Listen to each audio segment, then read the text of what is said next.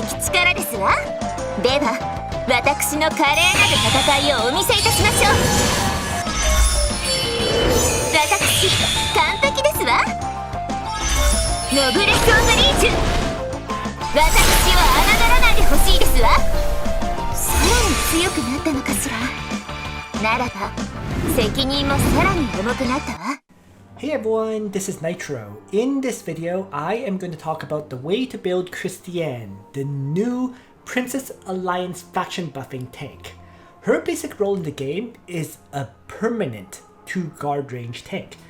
It's permanent because unlike other tanks where they usually have 1 turn cooldown on their skill, Christiane can permanently have her guard up, and I'll go over why shortly. She is bonded by Tsubame and Florentia, and essentially she is an improved Emilia. Her factions though are kind of unique. It's Empire, Reincarnation, and Princess Alliance, and her classes are very interesting for a tank. She has Cavalry class, which is quite common, but she also has Infantry class instead of Lancer class for a tank. So in general, it's recommended that you use her in the Cavalry class for PvE content, and maybe use her in the Infantry class for PvP. More on why later. You could use her in Cavalry class for PvP as well though. It's worth mentioning. So the unique thing about her, and what allows her to have a permanent 2 guard range, is her 3C skill. The 3C skill is a combination of a Princess Alliance faction buff and a guard skill.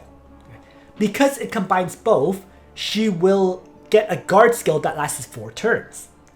So whenever she uses it, all Princess Alliance characters will get a faction buff, including herself, and she herself will get a guard skill that lasts 4 turns, and it replaces her attack with 1.6 times her magic defense, allows her to counterattack against enemies at 2 range, and increases her guard range to 2 range.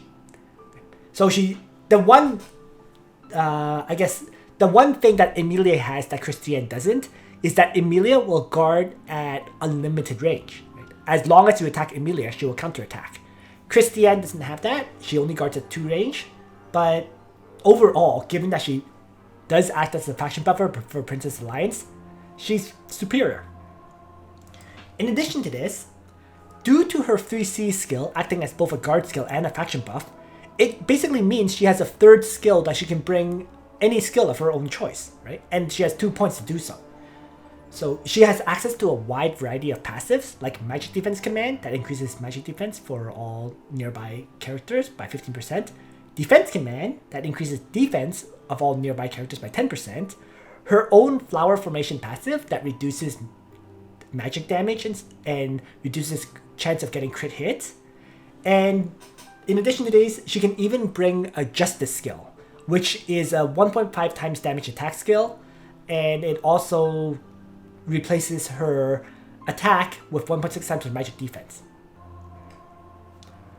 Let's talk about Christiane's talent, Whisper of the Lady Knight, because it actually has 4 different effects. The first effect is what most tanks have. It's a damage taken reduction. In her case, at 3 stars, it's a 15% damage reduction, 4 stars is 18%, 5 stars is 21%, and 6 stars is 25%. Keep in mind that talents will apply to the soldiers, so it makes them tankier. The second effect of her talent is that at the start of the map, she'll gain 5, 4, 3, or 2 stacks of effulgence. The interesting thing about effulgence is that it's actually a debuff, because for each stack you have, damage taken is increased by 2%, and it cannot be dispelled. However, you do have a 1-cost skill that can remove these effulgence debuffs. More on that when I get to her skills. Okay. The third part of her talent is that if she has 2 or less stacks of effulgence, when taking fatal damage, instead of dying, she'll revive with 20, 30, 40, or 50% of her hit points. This can activate once per battle. So as a tank, you really do need to revive, so it's pretty much expected. The final part of her talent is that after taking action, if she has 0 stacks of effulgence, she'll gain, when counterattacking, she'll attack first, she'll deal 20% additional damage to the enemies, and she'll gain one of the Whispers effects. And the Whispers effects cannot be dispelled, and you cannot be immune to gaining this effect. So what are these Whispers effects? Well, there's 4 versions of it.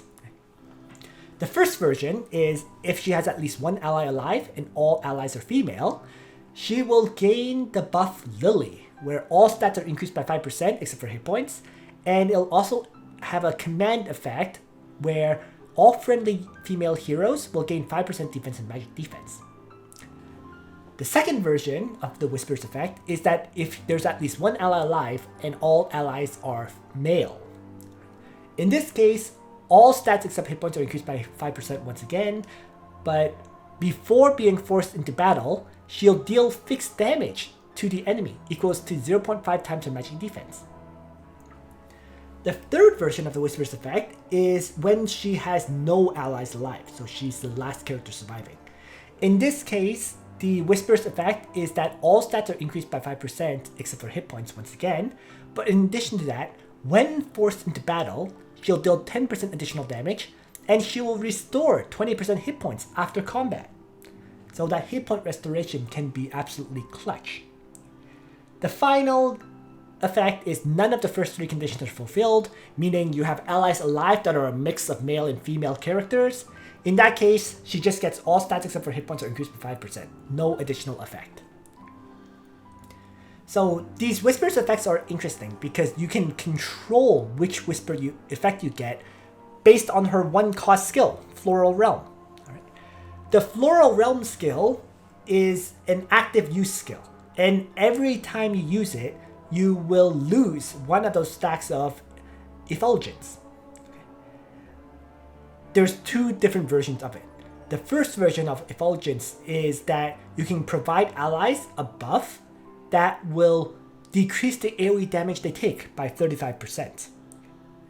The second version is one that will allow her to do AOE damage to enemies if she doesn't attack. So any characters within 1 ring of the character with the second version of the buff will deal 0.1 times AOE damage to enemies. This buff lasts 2 turns and it can't be dispelled. So very interesting. You can use this Floral Realm skill to remove the effulgence buffs, and when you want to choose one of the Whispers effects, that's when you will remove the final effulgence debuff to gain the Whispers effect that you want. Her 3C skill, as previously mentioned, is Lady of the Flowers. It has the faction buff effect of giving all Princess Alliance characters 20% attack or int, 20% defense, 30% magic defense. There is a special effect to it as well, which is that for every female hero on the map, damage dealt increases by 3%, up to an 18% damage increase. And as with any other faction buff, it lasts 4 turns. What's really interesting is the cooldown on this 3C skill is a mere 3 turns. So she can re-trigger this faction buff very, very quickly. It lasts 4 turns, but it has a 3-turn cooldown. The second effect is, as I previously mentioned, it will increase her guard range to 2, it will increase command range effects by 1, and it'll also give her the advanced Holy Guard effect, where she replaces her attack with 1.6 times magic defense, and she can counterattack against range attacks within 2 blocks. She also has a passive out of all of this stuff. And the passive is that she'll take damage for all adjacent allies, but she's also immune to unbuffable effects. So no matter what, she herself can get buffed up. Very interesting talent overall, or very interesting 3C overall, is what I should say. So let's just move on to talk about her equipment. Okay, and the first thing to mention is because of her 2 different classes, cavalry and infantry, there will be slightly different sets, at least especially with the weapon. So in cavalry class, you're going to want a weapon that can increase her defense and magic defense, because that's the most important for Christiane, survivability. Right? Attack does not matter at all because she replaces her attack value. So the only sword weapon that cavalry can equip that gives defense and magic defense is the Balance Blade. So if you somehow have a spare balanced blade, that would be the best weapon for her.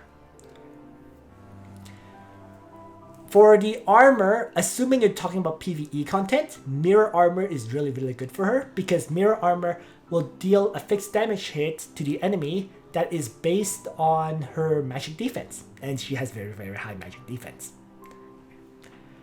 The third piece of gear you'll want on her is the Gaea's helmet for her helmet.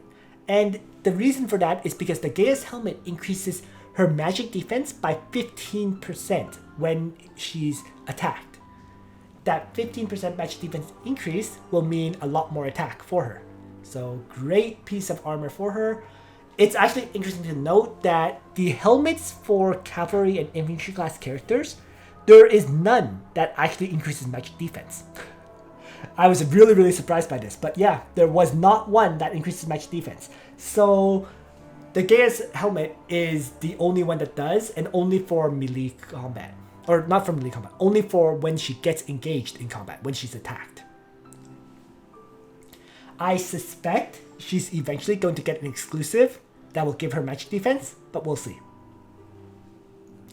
For the accessory, I recommend the Veil of Light, because the Veil of Light provides a hit point and magic defense increase. And what she needs is magic defense, of course. So you're going to get, I think, 48 magic defense plus 8% magic defense, which will maximize her damage output. So this set of gear is all about maximizing her counterattack damage. Now let's talk about the PvP gear, where you're in infantry class. Well, the main change is that instead of bringing a balanced blade, you will bring an Oath of Justice, which increases defense and magic defense by 8%. The armor does change slightly, because you probably don't want a mirror armor that only counters against melee attacks.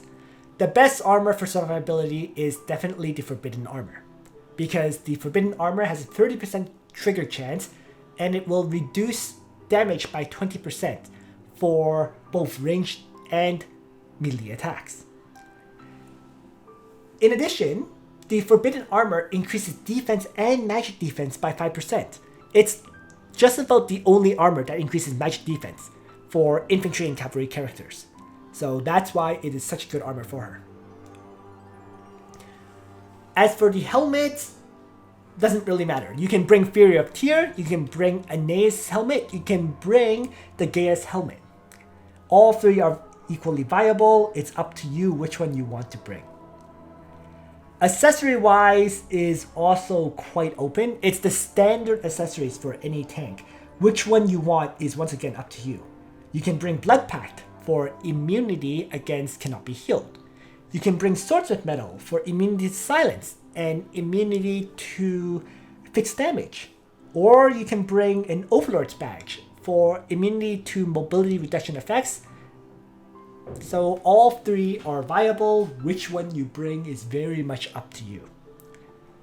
Last but not least, let's talk about the alternative armors other than Forbidden Armor in case you don't have one. I would say the other armors that you want would be either Bloodline Magic Armor or Gaea's Armor. You're not really going to want the AOEs because she has such high magic defense that getting a damage reduction against ranged attacks does not matter. So in that sense, the Bloodline Magic Armor that provides 30% damage reduction on a 30% chance is very good for survivability, and the Gaea's Armor that provides 15% defense when attacked can also be very good. It'll also provide like a 10% magic damage reduction effect. That one matters far less. As I said, if she has such high magic defense, it won't really matter. Now, for her enchants.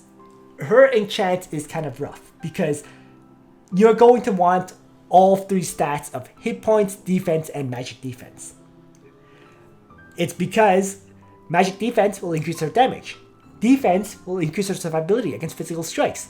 And hit points increase the survivability of both. So she's one of those characters that wants all three, kind of like Juggler, which is very rough to roll for. In terms of the enchant type that you want to pick though, there are 4 ideal options in my opinion. The first is ice, and ice is only good for PvP. Important note. Once again, ice is only meant for PvP because ice can stun an enemy. So, for example, if an enemy attacks you with SP Shuri or something, she can get stunned and then SP Shuri won't be able to act again. Characters like Lucretia and Lolligess attacking you can also get frozen.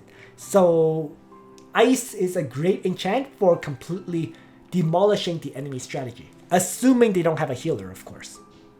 If they have a healer, then ice is far less useful, but still, I feel like ice is a very good enchant overall. You know, the RNG effect can win you matches for sure, and it still gives a 5% defense and magic defense increase. The second enchant that I would generally recommend is actually 2+2 blue enchants, because that would give you 10% defense, 10% magic defense increase. The third enchant that's viable, potentially, is Steel. Steel gives the 10% hit points as well as 10% damage reduction. Keep in mind the Steel damage reduction will only apply to the hero itself, so it will not kick in for the soldiers. But it's definitely better than nothing for survivability purposes. And the final enchant worth considering would be Tree of Life. Tree of Life's passive is a 5% defense and magic defense increase. So, in addition, it'll also give 10% hit points. So you're gonna get some extra survivability, and the Tree of Life effect will apply to allies as well. So all three of these enchants are probably the recommended ones. Thorns is no longer very, very good because of the new armors that can reduce reflection damage. So that's why Thorns is no longer on the list here. Now, let's talk about her class mastery enchants, which is the final thing to cover. Quite simply, her class mastery enchants are the exact same as Juggler. You're going to focus purely on increasing survivability. So for armor, helmets, weapon, and accessory slots, all of them will want hit points, magic defense, and defense. That way you can get a maximum of 750 hit point increase and 60 defense and magic defense increase.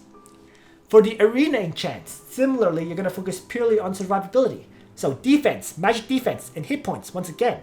In addition to that, you're going to want the two that reduce crit damage and crit hit chance. So that will maximize her survivability and make her as tanky as possible. And that's pretty much everything I want to say about Christiane. Thanks for watching, everyone. I hope you found this useful. And on that note, Nitro out.